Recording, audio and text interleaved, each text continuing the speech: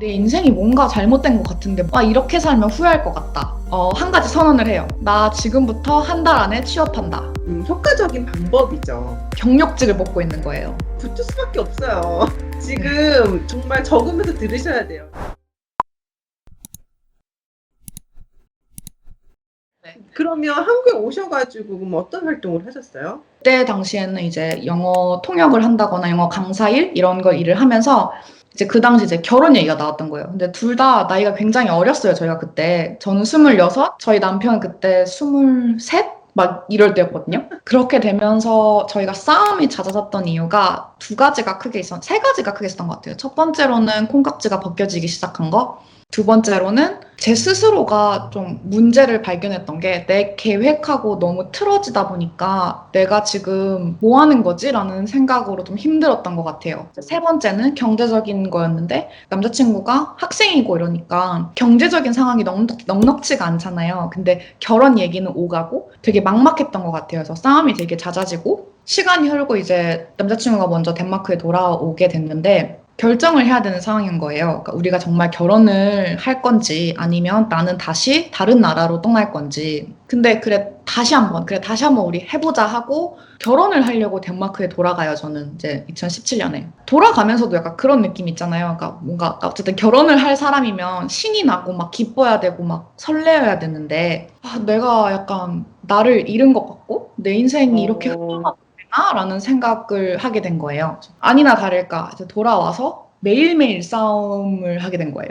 왜냐면 남자친구는 그때 학생에다가 인턴하고 아르바이트하고 저는 그 당시에 비자가 아직 온전히 해결된 상태가 아니어서 제가 돈을 벌 수 있는 상태가 아니었어요. 그래서 더 이제 생활고에 시달리게 되고 전 우울증이 찾아오고 내 인생이 뭔가 잘못된 것 같은데 뭔지를 모르겠는 거예요. 그러다가 제가 결심을 해요. 어느 날 또 갑자기 머리를 띵 하고 맞은 것처럼 이렇게 살면 후회할 것 같다. 그래서 남자친구한테 나 떠날 거야 라고 얘기를 했어요.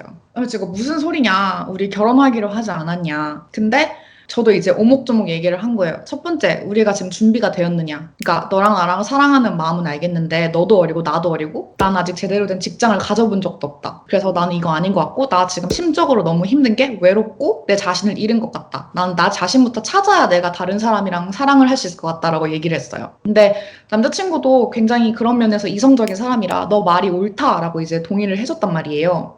저는 이제 다시 계획을 세워요. 그러면 나는 다시 내가 원래 계획했던 스웨덴으로 갈 것인가, 어떻게 살 것인가, 이제 고민을 하다가 생각을 했던 게 왠지 한국에서 나는 실패자로 여겨지기 때문에 한국에서 내 자리가 없을 거라고 생각했던 게 있었던 것 같은 거예요. 그러니까 한국에서 부딪혀보는 게 무서워서 어쩌면 내가 계속 도피를 하고 있었구나를 스스로 이제 깨달은 거예요.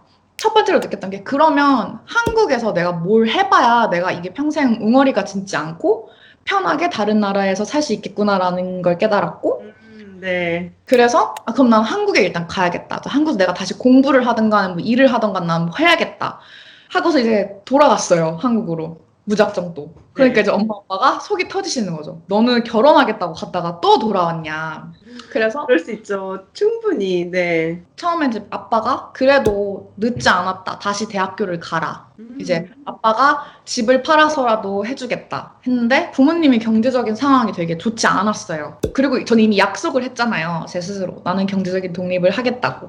그래서 아니 나 필요 없고 무엇보다 왜 아직도 나는 대학교를 가야 되는지 진짜 모르겠다. 내가 지금 26, 7이 돼도 모르겠다. 진짜로. 그러니까 대학 졸업장이 중요한 건 알겠는데 내가 여태껏 스스로 부딪히고 삶에서 봐왔던 것들이 나는 더 소중하고 값진 경험이었다라고 이제 아빠한테 말씀을 드리고 한 가지 선언을 해요. 나 지금부터 한 달 안에 취업한다. 그것도 내가 가고 싶은 회사에 라고 말씀을 드려요. 그러니까 다 콧방귀를 끼는 거예요. 그러니까 가족들, 친구들 야 너 검정고시 출신에 대학교 졸업장도 없고 너 경력도 없어. 너 26이야. 그리고 너는 한국이랑 안 맞아. 너는 한 3달 다니다가 퇴사할걸? 다 이렇게 말을 하는 거예요. 그러니까 저를 너무 잘 알았던 거죠. 근데 이거는 솔직히 뭐라고 할 수가 없는 게 그 사실을 얘기하는 거잖아요. 맞아요. 그러다가 내가 무슨 일을 하고 싶은지를 또 알아야지 내가 뭘 지원을 할 수 있다고 생각을 하게 된 거예요. 이제 스스로 시간을 일단 가졌어요. 한 일주일 동안 나는 어떤 일을 하고 싶고 어떤 커리어를 쌓고 싶고 어떤 회사에서 일을 하고 싶은가 이제 이런 것들을 쭉 나열을 했는데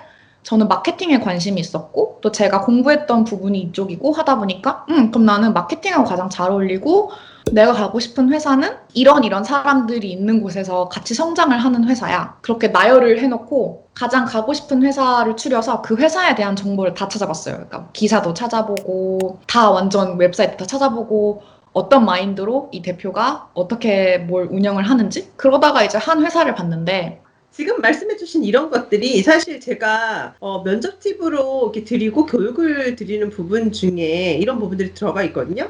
공부를 함으로써 이런 거를 배우시는 분도 있지만 지금 써니 씨 같이 정말 그 열정, 가고 싶은 열정을 가지면 그런 것들이 보일 수밖에 없거든요. 찾아볼 수밖에 없는 거거든요. 사실 그게 더 효과적인 방법이죠. 그래서 또 생각했던 게 어쨌든 왜 회사만 나를 뽑느냐. 나도 회사를 뽑고 싶다. 아무리 당신이 그렇죠. 내가 능력이 없다 네. 해도 나는 나만의 가치가 있으니까 한 회사의 기사를 봤는데 그 대표님이 하신 말씀이 한국은 실패를 용납하지 않는 사회다. 나는 실패자. 벌써 거기서부터 네. 되게 묘하게 비슷했던 게 그냥 단면적으로 봤을 때 제 인생은 실패의 연속이었잖아요, 계속. 근데 이런 마인드를 가지고 계속 일어나는 사람들하고 일을 하면 엄청난 성장을 하겠구나라고 생각을 했어요. 근데 그 회사에 지원을 하려고 봤는데 경력직을 뽑고 있는 거예요. 그래서 당연히 못할 거 아니에요. 근데 그래 그래도 말이라도 한번 해보고 싶은데 내가 이런 사람이고 내가 당신한테 뭘 줄 수 있는지 말해주고 싶은데 해서 이력서에 파티하는 사진을 넣었어요. 보통 증명사진 넣잖아요. 그러니까 네. 어떻게든 눈에 띄고 싶어서 또라이야 이런 생각을 할 수 있도록 눈에 띄는 사진을 넣고 자기소개서를 되게 열심히 썼어요. 그냥 정말 저의 인생 이야기를. 그리고 이 회사가 지금 해외 진출을 하는데 나는 이런 경험이 있어서 이걸 도와줄 수 있겠다 이런 걸 좀 구체적으로 썼던 것 같아요. 매우 경력, 중요하죠. 예. 네. 경력직을 뽑는데 연락이 온 거예요. 면접을 한번 보자. 그래서 나 면접 보러 가기 전날 PPT를 만들었어요. 그 회사 이제 문구가 그 스푼 라디오라고 아시죠? 스푼 라디오였는데 그 스푼 라디오라는 곳이 그 어떤 회사인지 그 소개를 짧게만 해주세요. 스푼 라디오는 오디오계 유튜브라고 보시면 되는데 오디오로 실시간으로 사람들하고 소통을 할 수 있는 그런 플랫폼이에요. 그래서 저는 그때 16번째 멤버로 이제 입사를 했었고요. 거의 초창기였죠. 완전 그러면서 특장기네요. 그 회사 슬로건이 예전에 당신이 듣고 싶던 이야기였어요. 이제 오디오 플랫폼이니까. 근데 네. 제가 그거를 당신이 찾고 있던 인재 이런 식으로 이제 제 이름을 넣어서 벌써 여기까지만 들어도 붙을 수밖에 없어요. 이거 보시는, 이 영상 보시는 분들은 지금 정말 적으면서 들으셔야 돼요. 이거 완전 특히 스타트업 혹은 이렇게 좀 글로벌 마인드를 갖고 있는 회사라든지 급성장하는 그런 기운이 느껴지는 회사라든지 정말 내가 꼭 가고 싶은 그런 회사라면 지금 써니 씨가 말씀하시는 그런 거 있잖아요. 이런 것들 정말 꿀팁으로 잘 활용하시면 확률이 확 올라가거든요. 네, 그래서 PPT를 만드셨다. 내부에 뭘 넣었냐면 네. 제가 이 회사한테 무엇을 줄 수 있고 내가 왜 필요한지를 되게 좀 명확하게 적었어요. 왜냐면 매우 어쨌든 중요하죠. 네. 이게 기브앤테이크잖아요. 내가 이 회사에 무슨 가치를 줄 수 있어야 나를 고용하는 거를 알고 있었기 때문에 내가 이 서비스를 분석해 본 결과 고객으로서 이런 부분이 조금 더 디벨롭 돼야 된다. 이런 것들을 적어서 갔어요. 그렇죠. 그래서 이제 합격을 하게 된 거예요. 그러면 그렇게 PPT 해가지고 들어가셨을 때 그 면접관님들의 반응은 어땠나요?